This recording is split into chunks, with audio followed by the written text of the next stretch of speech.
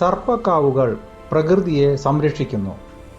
അവിടുത്തെ ശുദ്ധമായ പ്രകൃതി നമ്മൾക്ക് ആരോഗ്യവും ശാന്തിയും നൽകുന്നു. ഇതൊക്കെ നമ്മൾക്കറിയാം. സർപ്പങ്ങളെക്കുറിച്ചുള്ള ഐതിഹ്യങ്ങളും നമ്മൾക്കറിയാം. പക്ഷേ നിങ്ങൾക്ക് ഇതുവരെ അറിയാത്ത ട്രാൻസ്പേഴ്സണൽ കാര്യങ്ങളെക്കുറിച്ചാണ് ഈ വീഡിയോയിൽ പറയുന്നത്. ഗുരുത്വാകർഷണ ബലം അതെന്താണെന്ന് നമ്മൾക്കറിയാം. ഇതുപോലെ തന്നെ പല വിധത്തിലുള്ള പ്രപഞ്ച ഊർജങ്ങളെയും ഭൂമി ആകർഷിക്കുന്നുണ്ട്. ഈ പ്രപഞ്ച ഊർജങ്ങളിൽ ട്രാൻസ്പേഴ്സണൽ ഫോഴ്സുകൾ എന്ന പ്രത്യേകതരം ഫോഴ്സുകൾ കൂടിയുണ്ട്.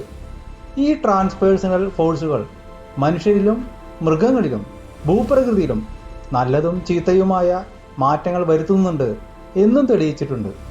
അപ്പോൾ നമ്മൾക്കുണ്ടാകുന്ന പല നേട്ടങ്ങൾക്കും കോട്ടങ്ങൾക്കും ഒരു കാരണം ഭൂമി ആഗിരണം ചെയ്യുന്ന ട്രാൻസ്പേഴ്സണൽ ഫോഴ്സ് ആണെന്ന് മനസ്സിലായില്ലേ? ഇതുപോലെ തന്നെ ഭൂമി ചില ഊർജങ്ങളെ പുറത്തേക്ക് ഒഴുക്കുന്നുമുണ്ട്. എന്നാലേ ഭൂമിക്ക് തുലനാവസ്ഥ നിലനിർത്താനാകൂ.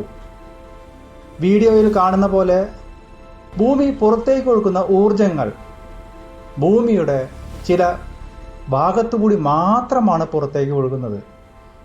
അപ്പോൾ ഈ ഭാഗത്ത് താമസിക്കുന്ന മനുഷ്യൻ അടങ്ങുന്ന പ്രകൃതിയിലെ എല്ലാത്തിനും പുറത്തു വരുന്ന ഊർജങ്ങളുടെ ഗുണവും ദോഷവും ബാധിക്കും എന്ന് മനസ്സിലായില്ലേ? ഭൂമി പുറത്തേക്ക് വിടുന്ന ഊർജങ്ങളിലെ ഫ്രീക്വൻസി കൂടുതൽ മനസ്സിലാക്കുന്നത് ആരാണ്? നമ്മൾക്കറിയാം, ഭൂമികുലുക്കം പോലെയുള്ള കാര്യങ്ങൾ പെട്ടെന്ന് മനസ്സിലാക്കുന്നതും പ്രതികരിക്കുന്നതും പക്ഷികളും മൃഗങ്ങളുമാണല്ലോ. അതുപോലെ തന്നെ നാഗങ്ങൾ ഭൂമിയിൽ നിന്ന് വരുന്ന ഒരു പ്രത്യേക ഊർജ തരംഗങ്ങളെ മനസ്സിലാക്കുന്നുണ്ട്. ഈ ഊർജ ഫ്രീക്വൻസി നാഗങ്ങൾക്ക് സുഖപ്രദവും അനുയോജ്യവുമാണ്. അപ്പോൾ ഈ ഊർജ തരംഗങ്ങൾ വരുന്ന ഭാഗങ്ങളിൽ വളരെയധികം നാഗങ്ങളെ കണ്ടുവരുന്നു. കാരണം നാഗങ്ങൾക്ക് അവിടം വളരെ സുഖപ്രദവും അനുയോജ്യവുമായി തീരുന്നു. പുരാതന മുനിമാർക്ക് ഭൂമിയിലേക്ക് വരുന്നതും ഭൂമി പുറത്തേക്ക് വിടുന്നതുമായ ഊർജ തരംഗങ്ങളെയും അവയിലെ ട്രാൻസ്പേഴ്സണൽ ഗുണങ്ങളെയും കുറിച്ച് വളരെയധികം അറിയാമായിരുന്നു. ഈ ഊർജത്തിലെ ട്രാൻസ്പേഴ്സണൽ ഫ്രീക്വൻസി മനുഷ്യനിലെ അഭിവൃദ്ധിയെയും ആരോഗ്യത്തെയും മനുഷ്യനിലെ ആത്മീയ ഊർജത്തെയും കാര്യമായി സ്വാധീനിക്കുന്നുണ്ടെന്ന് മുനിമാർ മനസ്സിലാക്കി. ഈ ഊർജം സർപ്പിളാകൃതിയിൽ പ്രവർത്തിക്കുന്നത് കൊണ്ടും അവിടങ്ങളിൽ നാഗങ്ങളെ കൂടുതൽ കാണുന്നത് കൊണ്ടും മുനിമാർ അവിടങ്ങളിൽ സർപ്പപ്രതിഷ്ഠ നടത്തുകയും ആരാധന സമ്പ്രദായം കൊണ്ടുവരികയും ചെയ്തു. അങ്ങനെ അവർ മനുഷ്യകുലത്തിന് വളരെ വലിയൊരു പ്രയോജനമാണ് ചെയ്തത്. അപ്പോൾ സർപ്പക്കാവിൽ പ്രാർത്ഥിക്കുമ്പോൾ ആരോഗ്യവും സന്താന ലബ്ധിയും ഐശ്വര്യങ്ങളും ലഭിക്കും എന്ന് ഉറപ്പായല്ലോ.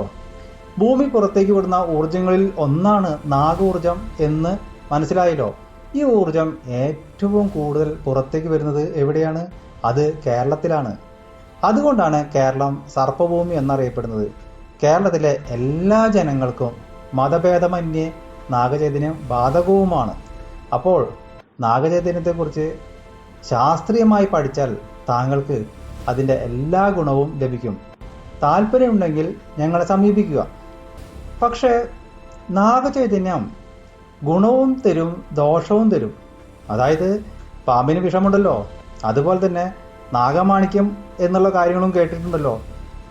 കേരളം മുഴുവൻ സർപ്പഭൂമി ആകയാൽ ദോഷവും ഗുണവും താങ്കൾക്കും ഉണ്ടാകും.